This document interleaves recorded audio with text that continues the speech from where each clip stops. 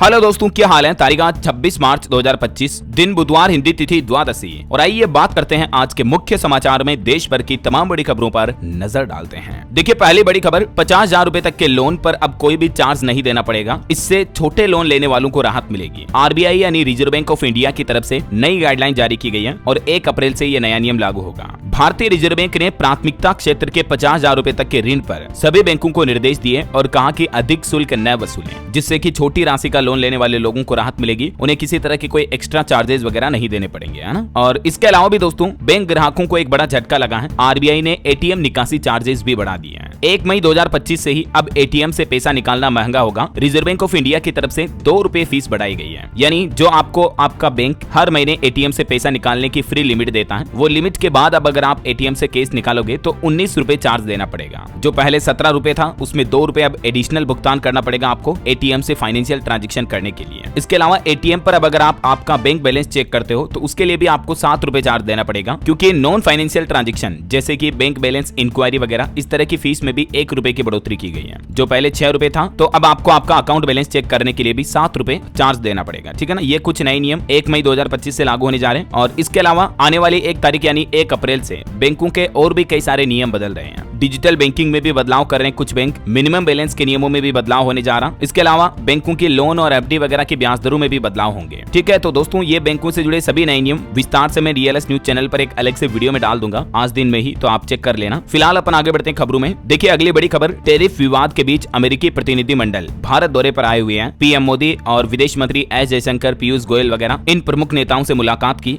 Bharat America के बीच tariff मामला सुलझाकर द्विपक्षीय व्यापार समझौते की रूपरेखा तैयार करने को लेकर अब विदेश मंत्री एस जयशंकर, वाणिज्य मंत्री पीयूष गोयल संसद भवन में प्रधानमंत्री नरेंद्र मोदी से मुलाकात की है और दोनों मंत्रियों ने उन्हें टैरिफ विवाद मामले पर अब तक की प्रगति की जानकारी भी दी। वहीं भारत और अमेरिका के बीच नए व्यापार के समझौते पर भी बातचीत चल रही है। टैरिफ और आयात शुल्क में कमी पर भी जोर दिया जा रहा है। ये कहना केंद्रीय राज्य मंत्री जितिन प्रसाद का। और अमेरिका की ट्रंप सरकार ने तो एक बड़ा फैसला लिया। देखिए आप, वेनेजुएला से तेल खरीदने वालों पर अब 25% टैरिफ लगाएंगे ट्रंप। और हमारा देश भारत भी इन देशों में शामिल है। 90% तेल भारत में रिलायंस कंपनी खरीदती है, तो अगर यहाँ पर भी टैरिफ बढ़ता है तो जाहिर सी बात है भारत में भी तेल और गैस वगैरह के दाम बढ़ सकते हैं। ट्रंप सरकार का कहना है कि ये टैरिफ 2 अप्रैल से लागू होगा। और वेनेजुएला से तो भारत बहुत ज्यादा तेल खरीदता है। पिछले साल जनवरी 2024 में तो भारत को ही सबसे ज्यादा तेल बेचा था वेनेजुएला ने। तो कहने का मतलब इसका सबसे ज्यादा असर भारत पर भी पड़ सकता है। तो देखते हैं, इससे पहले भारत के लिए अगर कोई स्पेशल ऐलान होता है अमेरिका द्वारा तो ये अच्छी बात होगी। फिलहाल देखिए अगली खबर, फोन पे कंपनी की तरफ से लॉन्च किए गए 2 व्हीलर्स और 4 व्हीलर के लिए इंश्योरेंस प्लान भी। अब ग्राहक कार व्हीकल वाहन के लिए बीमा पॉलिसी भी खरीद पाएंगे फोन पे के माध्यम से, है ना। और वैसे दोस्तों, लाइफ इंश्योरेंस को लेकर भी एक रिपोर्ट सामने आ रही है। हमारे देश में 81% भारतीय लोग अपनी जीवन बीमा जरूरतों को कम करके आंकते हैं। हाल ही में बजाज आलियांज लाइफ इंश्योरेंस द्वारा ये सर्वे किया गया, जिसमें ये कुछ खुलासे सामने आए हैं। वहीं देखिए बड़ी खबर, ईएसआईसी ने भी अपने कर्मचारियों को बड़ी सौगात दी है। अब आयुष्मान भारत पैनल अस्पतालों में भी ईएसआईसी के कर्मचारियों का इलाज हो पाएगा। केंद्र सरकार ने ईएसआईसी के लाभार्थियों और संगठित क्षेत्र के कामगारों तथा उनके आश्रितों को इलाज की ये नई सुविधा जल्द ही देने की घोषणा की है। अब उत्तर प्रदेश के भी 74 जिलों में ईएसआईसी स्वास्थ्य सेवाओं की सुविधा शुरू हो चुकी है। और इस आयुष्मान भारत के पैनल में शामिल 24,000 से भी ज्यादा अस्पतालों में कैशलेस इलाज हो पाएगा। तो ये ईएसआईसी के कामगारों को सरकार की तरफ से बड़ा तोहफा दिया गया है। और भी ज्यादा डिटेल देख सकते हैं आप इस बारे में। चलिए बड़ी खबर आ रही है, लोकसभा से फाइनेंस बिल पास हुआ। डिजिटल टैक्स खत्म करने समेत इसमें 35 संशोधन किए गए हैं। इस बिल में क्या क्या जरूरी संशोधन किए गए हैं, इन 3 पॉइंट्स में आप देख सकते हैं। एक तो केंद्र सरकार ने इलेक्ट्रिक व्हीकल यानी ईवी की बैटरी और मोबाइल फोन बनाने वाले पार्ट्स पर इंपोर्ट ड्यूटी को खत्म कर दिया है। और 1 अप्रैल 2025 से ही ऑनलाइन एडवर्टाइजमेंट जैसे गूगल, फेसबुक वगैरह के एड्स आते हैं, इन पर 6% डिजिटल टैक्स भी खत्म कर दिया जाएगा। अब ये टैक्स नहीं लगेगा। और इनकम टैक्स रिटर्न आईटीआर के सेक्शन 143 में भी कुछ नए नियम लागू किए गए हैं। टैक्स डिपार्टमेंट अब पिछले साल के आईटीआर की गलतियां भी सुधारेगा। तो ये न्यू फाइनेंस बिल 2025 में प्रावधान है। 35 बदलावों के साथ आखिरकार ये बिल लोकसभा में पास हुआ।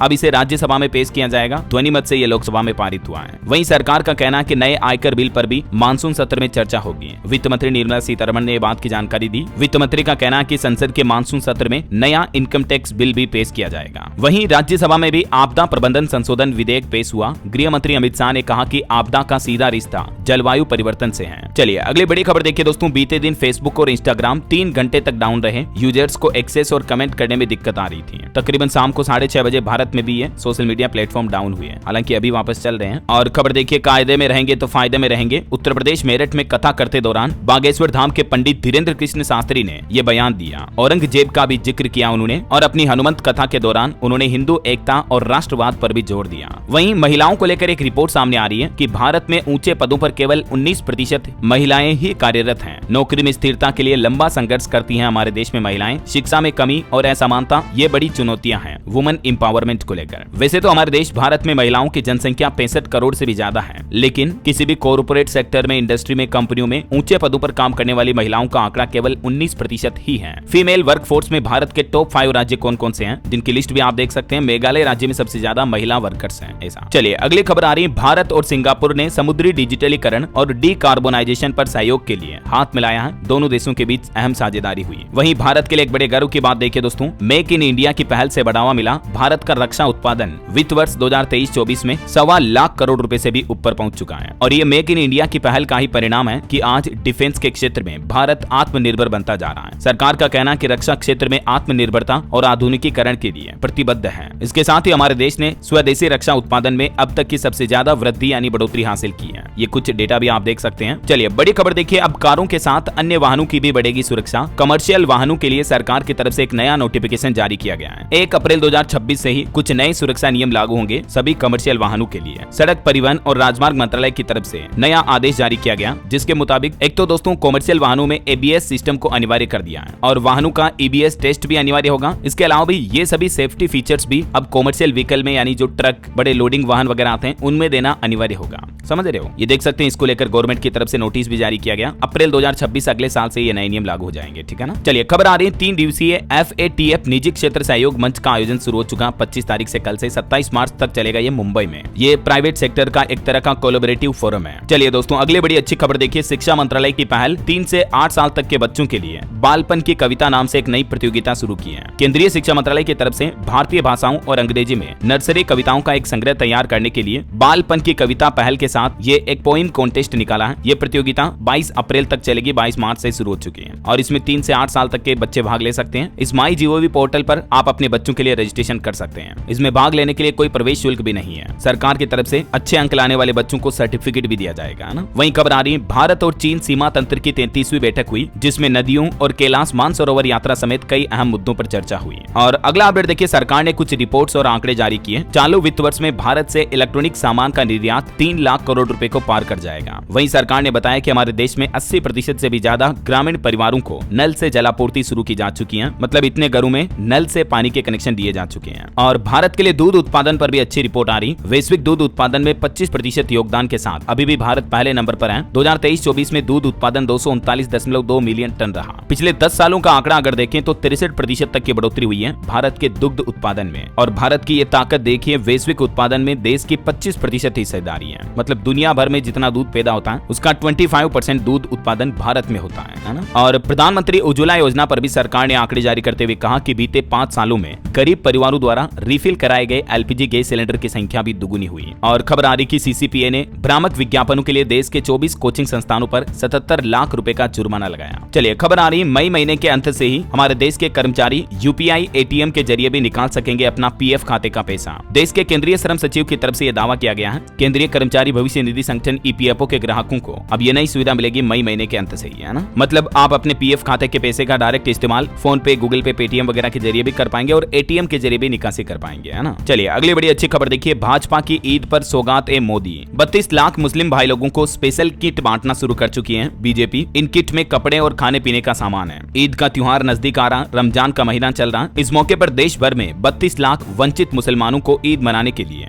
बीजेपी सरकार विशेष किट दे रही है। और इस कार्य के लिए 32,000 कार्यकर्ताओं को देश भर की 32,000 मस्जिदों के साथ मिलकर जरूरतमंद लोगों तक ये किट पहुंचाने का लक्ष्य दिया गया। इसके लिए हर मस्जिद से 100 लोगों को मदद पहुंचाने का टारगेट रखा गया है। तो ये एक बहुत ही अच्छी पहल है। इस किट में महिलाओं के लिए सूट, पुरुषों के लिए कुर्ता पजामा, खाने पीने की चीजें और भी कई सारे सामान शामिल है ना। चलिए कॉमेडियन विवाद मामले पर खबर देखिए दोस्तों। कुणाल कामरा के घर पहुंची पुलिस। महाराष्ट्र के मंत्री एकनाथ शिंदे बोले, व्यंग्य भी मर्यादा में होता है, एक्शन हुआ तो रिएक्शन भी होगा। महाराष्ट्र के डिप्टी CM एकनाथ शिंदे ने कुणाल कामरा को विवादों में घेरा। उन्हें पूछताछ के लिए सुबह 11 बजे खार पुलिस स्टेशन भी बुलाया गया। वहीं हाल ही में एक कन्नड़ एक्ट्रेस की गोल्ड तस्करी का जो मामला सामने आया था, तो आखिरकार एक्ट्रेस ने खुद अपने अपराध को कबूल लिया है। बोले कि हवाला के पैसों से सोना खरीदा, 14.5 किलो गोल्ड के साथ एयरपोर्ट पर गिरफ्तार हुई थी। अब इनकी जमानत पर फैसला 27 मार्च को होगा। और छत्तीसगढ़ में देखिए फिर से नक्सलियों के बीच मुठभेड़ हुई। दंतेवाड़ा और बीजापुर बॉर्डर पर 3 नक्सलियों का एनकाउंटर किया गया और इनमें एक नक्सली तो 25 लाख का इनामी नक्सली था, वो भी ढेर हुआ। हुआ। इसी साल 2025 में 100 से ज्यादा नक्सली मारे जा चुके हैं। चलिए अगली खबर देखिए। अब अयोध्या के राम मंदिर में रोज रामलला का सूर्य तिलक होगा। 6 अप्रैल से इसकी शुरुआत होने जा रही है। पिछले साल रामनवमी पर पहली बार सूर्य तिलक हुआ था। इस बार भी रामनवमी पर सूर्य तिलक होगा, लेकिन नई पहल ये होगी कि रामनवमी के बाद से ही अब राम मंदिर में रामलला का रोजाना सूर्य तिलक होगा। मंदिर निर्माण समिति की तरफ से यह फैसला लिया गया और इस फैसले के तहत करीब 4 मिनट तक सूर्य की किरणें डायरेक्टली रामलला के ललाट पर पड़ेगी। मतलब मिरर के जरिए उन किरणों को परावर्तित करके रामलला के ललाट तक लाया जाएगा सूर्य तिलक के रूप में, है ना। और वहीं देखिए यूपी के सीएम योगी आदित्यनाथ भी बोले कि हम दबंग नहीं हैं, ये हमारी शराफत का स्टाइल है। लाठी माफिया गुंडों से निपटती है। कुछ लोग देश का चीर हरण करना चाहते हैं, लेकिन ये लाठी न केवल हमारी बहन बेटियों व्यापारियों की सुरक्षा करती है, बल्कि माफिया और गुंडों से भी निपटती है। सीएम योगी ने उत्तर प्रदेश में अपराधियों को भी सख्त हिदायत देते हुए कहा, सीधी चेतावनी दी। बोले कि महिला और व्यापारियों को परेशान किया तो यमराज स्वागत करेंगे। वहीं दोस्तों गर्मी की छुट्टियों को लेकर भी मुख्यमंत्री ने निर्देश जारी किए और कहा कि छुट्टियों के दौरान भी स्कूल खुलेंगे। 20 मई से लेकर 15 जून के बीच स्कूलों में समर कैंप लगाए जाएंगे और स्कूल तो खुलेंगे, भले ही उनमें क्लास वगैरह नहीं चलेगी, लेकिन दूसरी गतिविधियां करवाई जाएगी, बच्चों को खिलाया जाएगा और भी कई तरह के सांस्कृतिक कार्यक्रम होंगे। खेल खेल के साथ बच्चों को पढ़ाई में अन्य गतिविधियों में जोड़ा जाएगा, है ना।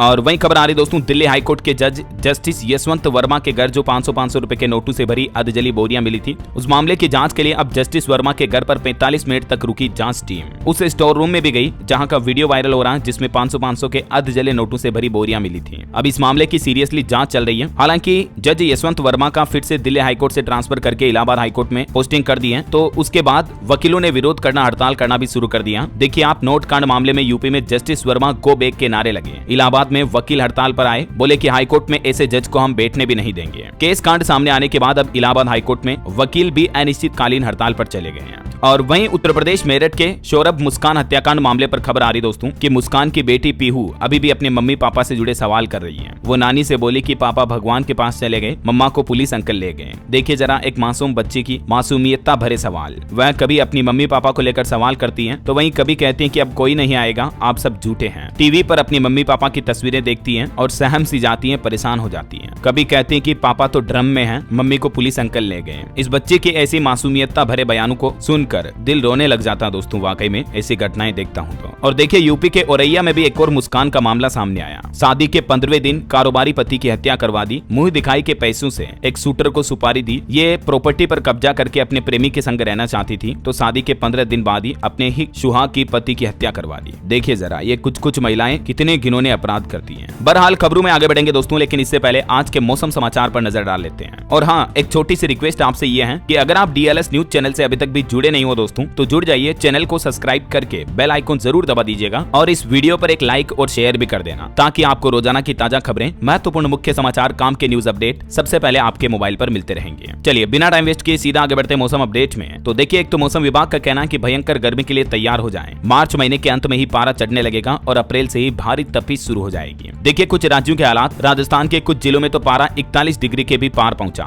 लू चलने लग गई। हालांकि राजस्थान में 2 दिन बाद बारिश की संभावना भी है। केरल और कर्नाटक में भी बारिश का अलर्ट है। लेकिन चिंता की बात यह है कि मार्च के महीने में ही 41 के पार पहुंचा राजस्थान का तापमान।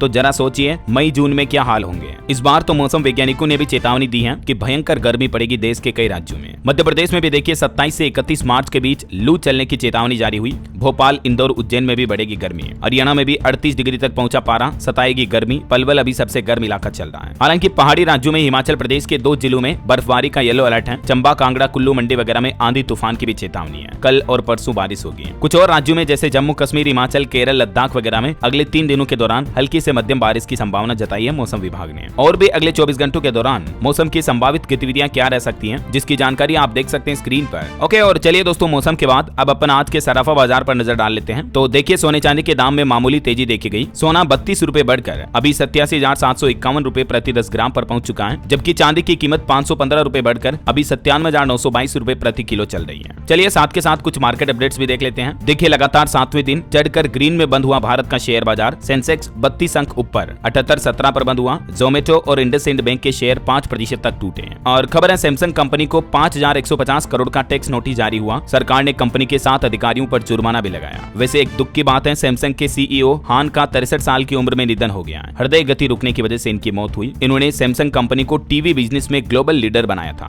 और वहीं ओला और रोजमार्टा कंपनी के बीच बकाया राशि का विवाद भी सुलझा। चलिए आगे बढ़ते हैं मार्केट के बाद खबरों में। देखिए बड़ी खबर, वक्फ संशोधन बिल के खिलाफ देश भर में प्रदर्शन की तैयारी कर रहे हैं मुस्लिम भाई लोग। मुस्लिम लॉ बोर्ड 26 मार्च को बिहार के पटना में और 29 मार्च को आंध्र प्रदेश के विजयवाड़ा में प्रदर्शन करने की तैयारी कर रहे हैं all India Muslim personal law board संगठन के लोग बाग। और वहीं दोस्तों तेलंगाना टनल हादसे पर अपडेट आ रहा, अब एक और श्रमिक का शव निकाला गया। 32 दिन बाद भी 6 वर्कर्स का पता नहीं चल पाया है। इससे पहले 6 मार्च को एक बॉडी मिली थी, अब एक और वर्कर का पता चला है। अभी भी इस हादसे में ये 6 वर्कर्स फंसे हुए हैं। वहीं खबर है राजस्थान जैसलमेर में एक पाकिस्तानी जासूस को पकड़ा गया। ये हमारी भारतीय सेना के क्षेत्र के वीडियो और फोटो पाकिस्तान भेज रहा था और ये पाकिस्तान जाकर भी आया था। वहीं स्पेस साइंस से एक बड़ी खबर देखिए, नासा ने पड़ोसी आकाशगंगा में एक रहस्यमयी महाविशाल ब्लैक होल का पता लगाया। अंतरिक्ष वैज्ञानिकों ने ये नई खोज की है। और खेल समाचार से खबर है दोस्तों, आईपीएल का रिजल्ट देखिए, पंजाब ने गुजरात को 11 रन से हराया। आखिरी ओवर में 2 विकेट गिरे, श्रेयस ने 97 रन बनाए, प्रियांश और शशांक भी 50 चुके हैं। वहीं खबर है विमेन्स वर्ल्ड कप का फाइनल पंजाब के मोहाली में होगा। इंदौर, रायपुर समेत 5 वेन्यू को मेजबानी दी गई। 29 सितंबर से शुरू हो सकते हैं टूर्नामेंट। और खबर है दोस्तों, कॉमेडियन समय रैना ने अपनी गलती स्वीकार की। वो बोले कि भविष्य में हम सावधानी बरतेंगे। इंडियाज गोट लेटेंट शो के दौरान इनके विवाद हुए थे, आपको पता होगा, पेरेंट्स और महिलाओं पर भद्दे कमेंट्स करने के मामले में। तो अब आखिरकार समय रैना ने माफी मांगी है। और खबर है दोस्तों, वैज्ञानिकों ने तैयार की क्रांतिकारी तकनीक, ठीक हो सकेगा खराब हुआ लीवर भी, ट्रांसप्लांट की जरूरत कम होगी।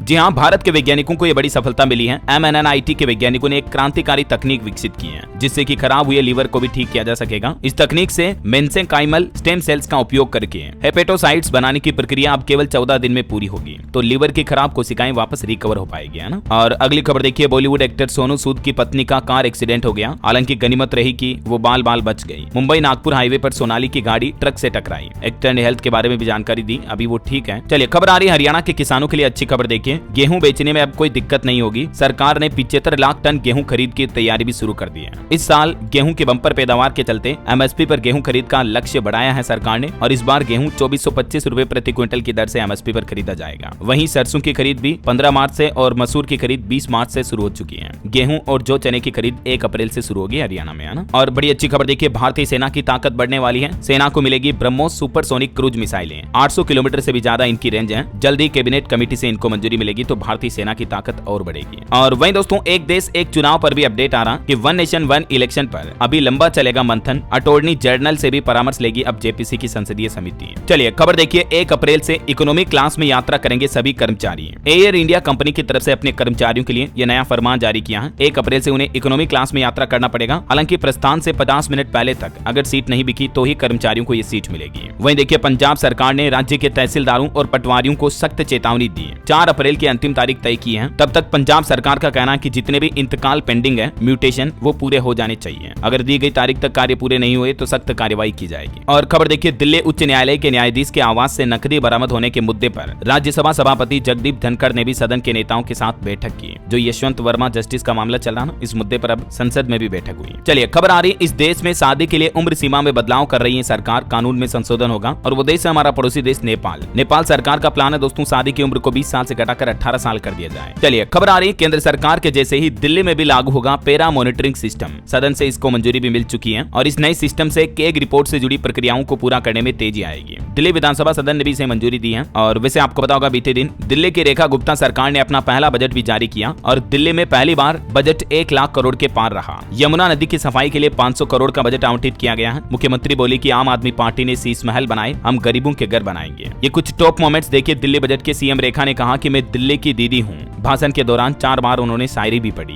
वैसे दिल्ली बजट में क्या क्या बड़े ऐलान किए हैं दिल्ली सरकार ने, ये 10 बड़ी बातें आप देख सकते हैं स्क्रीन पर। और इस बार दिल्ली में बजट में किस क्षेत्र के लिए कितना बजट जारी किया गया, इसकी भी कुछ डिटेल जानकारी आप देख सकते हैं। और भी दोस्तों, अगर आप दिल्ली बजट के कंप्लीट हाइलाइट्स देखना चाहते हैं तो कल दिन में मैंने डीएलएस न्यूज के ऊपर अलग से वीडियो डाला है, आप इस वीडियो में देख लीजिएगा, है ना। दिल्ली में स्वास्थ्य सेवाओं को भी बढ़ाने के लिए सरकार ने 6874 करोड़ रुपए बजट में आवंटित किए हैं। 400 वेलनेस सेंटर बनाने की भी योजना है। बाकी इसके अलावा कुछ अहम घोषणाएं देखिए आप, गर्भवती महिलाओं को एक मुश्त 21,000 रुपए मिलेंगे। दिल्ली की महिलाओं को 2500 रुपए हर महीने दिए जाएंगे। दिल्ली की जनता को 10 लाख का स्वास्थ्य बीमा मिलेगा। राजधानी में 50,000 अतिरिक्त सीसीटीवी लगाए जाएंगे। 100 जगह अटल कैंटीन खोली जाएगी। गरीबों को 5 रुपए में भोजन मिलेगा। झुग्गी बस्तियों के विकास के लिए भी 696 करोड़ का बजट रखा है और दिल्ली में नई औद्योगिक नीति भी लाई जाएगी। तो ये कुछ बजट के प्रमुख अनाउंसमेंट रहे, है ना। दिल्ली वासियों के लिए एक और अच्छी खबर है, दिल्ली में बसों की किल्लत भी अब दूर होगी। 5000 नई बसें दौड़ेगी जल्द ही। मुख्यमंत्री ने बजट में भी ये घोषणा की और कहा कि दिल्ली में 5000 नई बसें शुरू की जाएगी। अधिकांश बसें इलेक्ट्रिक होगी। होगी और महिलाओं के लिए बस की यात्रा भी मुफ्त होगी। ओके, और चलिए आगे बढ़ते हैं खबरों में। देखिए दोस्तों, देश के परिवहन मंत्री नितिन गडकरी ने कहा कि सड़क हादसों की वजह से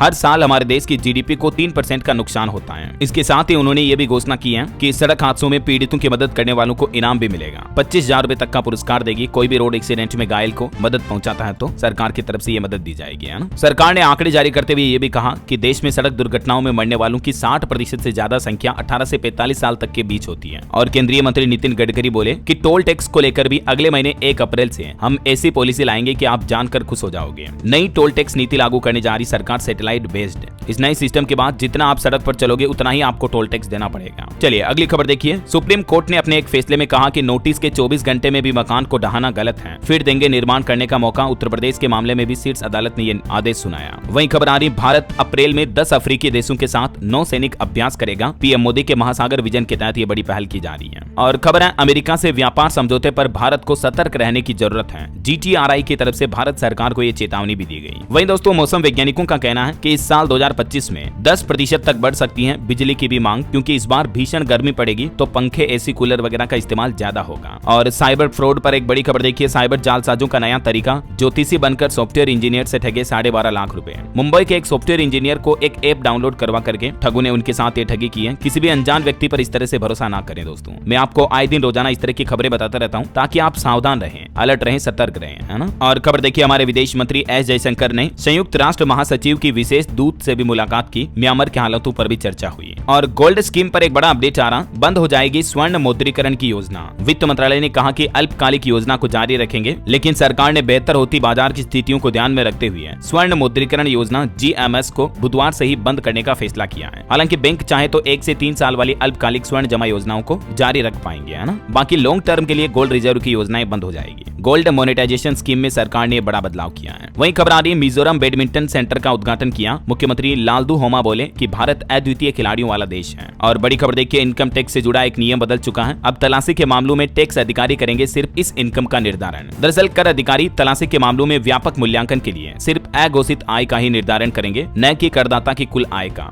सरकार ने वित्त विधेयक 2025 के संशोधन में ये भी नया प्रस्ताव रखा है। वैसे दोस्तों, अगर आपने अभी तक भी अपने पैन कार्ड को आधार कार्ड से लिंक नहीं किया है तो जरूर करवा लें। 1 अप्रैल तक का मौका है, क्योंकि फिर आपको डिविडेंड वगैरह इस तरह के लाभ नहीं मिलेंगे। सरकार की तरफ से आम लोगों के लिए ये भी चेतावनी दी गई। और भी कई योजनाओं में आपको दिक्कत आ सकती है, जैसे म्यूचुअल फंड्स, डीमेट अकाउंट वगैरह में, UPI चलाने में भी, और टैक्स रिजिम वगैरह के नियम में बदलाव हो रहा है। तो आप अपने आधार कार्ड, पैन कार्ड को अवश्य लिंक कर लें, है ना। और खबर आ रही है, भीम 3.0 से डिजिटल पेमेंट का पूरा अंदाज ही बदल जाएगा। अब UPI रखेगा पूरी फैमिली के खर्चों का हिसाब किताब, लेखा जोखा। दरअसल भारत में डिजिटल पेमेंट को और आसान और तेज बनाने के लिए केंद्र सरकार की तरफ से भीम 3.0 नया वर्जन लॉन्च किया है, जिसमें अब आपको फोन पे, गूगल पे, पेटीएम जैसे कई फीचर्स मिलेंगे। ये भीम ऐप का एडवांस वर्जन है। व्यापारी और यूजर्स दोनों के ही लिए बड़ी खुशखबरी है। अब आपका डिजिटल पेमेंट्स करना और भी आसान होगा। चलिए देखिए भीम 3.0 में आपको क्या क्या नए फीचर मिलने वाले हैं। अब यूजर्स अपने दोस्तों और परिवार के साथ भी किसी भी बिल को आसानी से शेयर कर पाएंगे, चाहे वो आपका रेंट का बिल हो, किसी रेस्तरां का, होटल या किसी का भी बिल हो, आप उसे अपने फैमिली मेंबर, दोस्तों के साथ शेयर कर पाएंगे। इससे आपको मैनुअल कैलकुलेशन की जरूरत नहीं पड़ेगी। फैमिली मोड, खर्चों को ट्रैक करने समेत कई एडवांस फीचर अब आपको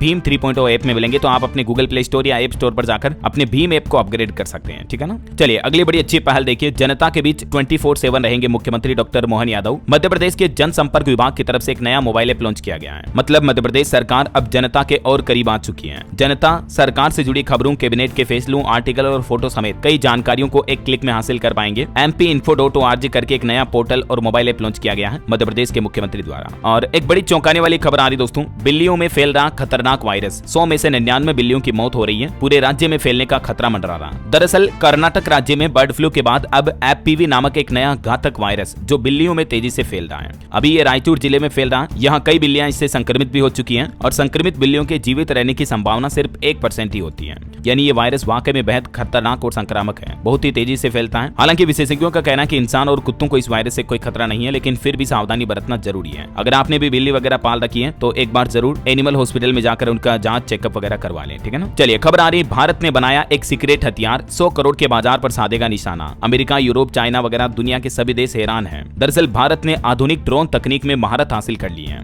स्काई स्ट्राइकर नामक इस ड्रोन की रेंज 500 किलोमीटर है। लद्दाख में इस ड्रोन का सफल परीक्षण भी हुआ। एक तरफ जहां दुनिया में तनाव बढ़ रहा है, दूसरी ओर युद्ध में तकनीक के इस्तेमाल ने आधुनिक युद्ध को और जटिल बना दिया है और इस मामले में अब भारत किसी भी देश से पीछे नहीं रहा है। आधुनिक युद्ध तकनीक के मामले में भारत ने ये एक और महारत हासिल की है ना। चलिए बड़ी खबर आ रही है, इस राज्य में 1.5 गुना हो जाने वाले हैं प्रॉपर्टी के दाम, 20 गुना तक बढ़ गए हैं सर्कल रेट। दरअसल गुजरात सरकार की तरफ से कई सालों बाद प्रॉपर्टी के सर्कल रेट में इजाफा यानी बढ़ोतरी की है। अलग अलग एरियाज में प्रॉपर्टी सर्कल रेट में 200% से लेकर 2000% तक की बढ़ोतरी की गई है। इस बढ़ोतरी के बाद गुजरात में मकानों की कीमतों में 40% तक का उछाल आने की संभावना है। ये नई दरें 1 अप्रैल 2025 से ही लागू होगी, है ना। चलिए बड़ी खबर देखिए, अब स्कैम करने वालों की खैर नहीं, ट्राई की तरफ से एक बड़ा फैसला लिया गया और कुछ सख्त नए नियम लागू किए जा रहे हैं। नए नियम के मुताबिक एक तो लोगों को शिकायत दर्ज करने के लिए अब पहले के मुकाबले ज्यादा समय मिलेगा। यूजर्स अब 7 दिनों तक स्पैम कॉल्स और मैसेज की शिकायत दर्ज कर सकते हैं, जबकि पहले इसके लिए सिर्फ 3 दिन का ही टाइम मिलता था। और भी ट्राई की तरफ से लागू ये एंटी स्पैम नियम क्या क्या है। 3 नियमों में प्रमुख रूप से बदलाव किया गया, तीनों की डिटेल आप देख सकते हैं। ये नियम कब से लागू होंगे, तो केंद्रीय राज्य मंत्री का कहना कि ये संशोधित नियम 30 दिन के अंदर अंदर लागू हो जाएंगे, अप्रैल महीने में। और वहीं देखिए साइबर फ्रॉड करने वालों के खिलाफ सरकार ने सख्त एक्शन ये भी लिया। 7.5 लाख से भी ज्यादा सिम कार्ड, 3000 स्काइप आईडी और 83,000 से ज्यादा व्हाट्सएप अकाउंट को भी बैन किया। केंद्र सरकार ने साइबर क्राइम के खिलाफ कार्रवाई करने के लिए ये सख्त एक्शन लिया है। चलिए खबर आ रही दोस्तों, रिलायंस जियो यूजर्स के लिए अच्छी खबर है। 200 दिन तक के लिए इस रिचार्ज प्लान में आपको फ्री कॉलिंग और 500 GB डेटा का फायदा मिलेगा। 2025 रुपए का ये रिचार्ज प्लान है, जिसकी वैलिडिटी के साथ में जियो टीवी और जियो AI क्लाउड फीचर भी मिलेंगे यूजर्स को, है ना। और वहीं दोस्तों चारधाम यात्रियों के लिए अपडेट आ रहा है। हर स्तर पर तैयारियां तेज हुई। 5 दिन में 7 लाख से भी ज्यादा लोग चारधाम यात्रा के लिए पंजीकरण करा चुके हैं। इस बार केदारनाथ यात्रा से पहले कई गाँव के घोड़ा और खच्चरों में संक्रमण भी फैल रहा, तो इसके चलते कुछ पंजीकरण शिविर भी स्थगित किए गए। सरकार का कहना है बद्रीनाथ केदारनाथ धाम में पूजा के लिए ऑनलाइन बुकिंग कराना पड़ेगा। 15 अप्रैल से ही BKTC की वेबसाइट पर श्रद्धालु बुकिंग करा पाएंगे। चलिए अगली खबर देखिए, वैश्विक अनिश्चितताओं के बीच भारत मजबूत बन रहा। वित्त वर्ष 2026 में भारत की अर्थव्यवस्था 6.5% की दर से बढ़ेगी। बर्नस्टीन नाम की एक नई सर्वे एजेंसी की तरफ से भी भारत को लेकर ये अच्छी रिपोर्ट जारी की है। इसके अलावा S&P ग्लोबल ने भी अपनी रिपोर्ट में कहा वित्त वर्ष 26 में GDP 6.5% बढ़ेगी और रेपो रेट में भी 100 और बेसिस पॉइंट की कटौती होने की संभावना है। चलिए खबर आ रही, सरकार ने संपत्ति बिक्री के लिए PSU बैंक ई नीलामी को बढ़ाने हेतु बैंक नेट और ई बिक्री नाम से एक नई पोर्टल की शुरुआत की है। वहीं रिपोर्ट देखिए, केरल राज्य वरिष्ठ नागरिक आयोग स्थापित करने वाला देश का पहला राज्य बन चुका है। और खबर है उत्तराखंड में धार्मिक पर्यटन को बढ़ावा मिलेगा। गंगा शारदा नदियों के किनारे बनेगा गलियारा। वहीं एक रिपोर्ट सामने आ रही, सार्वजनिक क्षेत्र के बैंकों का लाभांश भुगतान 2023-24 में 33% तक बढ़ा है। PSBS के डेटा आप देख सकते हैं। और खबर है दोस्तों, मिजोरम से सिंगापुर तक एंथूरियम फूलों का पहली बार भारत से निर्यात यानी एक्सपोर्ट हुआ। वहीं खबर देखिए, ट्विटर पर ट्रेंड हुआ अरेस्ट रिया चक्रवर्ती। हाल ही में आपको पता होगा सुशांत सिंह राजपूत मामले में CBI से क्लीन चिट मिली थी एक्ट्रेस रिया चक्रवर्ती को, तो उसके बाद लोगों में गुस्सा देखा गया, ट्विटर पर ये ट्रेंड भी हुआ। चलिए अगली खबर आ रही है, झारखंड कैबिनेट बैठक में 16 प्रस्तावों पर मुहर लगी, एक अफसर की नौकरी भी गई। मैया सम्मान योजना को लेकर भी एक अहम फैसला लिया गया। झारखंड के मुख्यमंत्री हेमंत सोरेन सरकार की तरफ से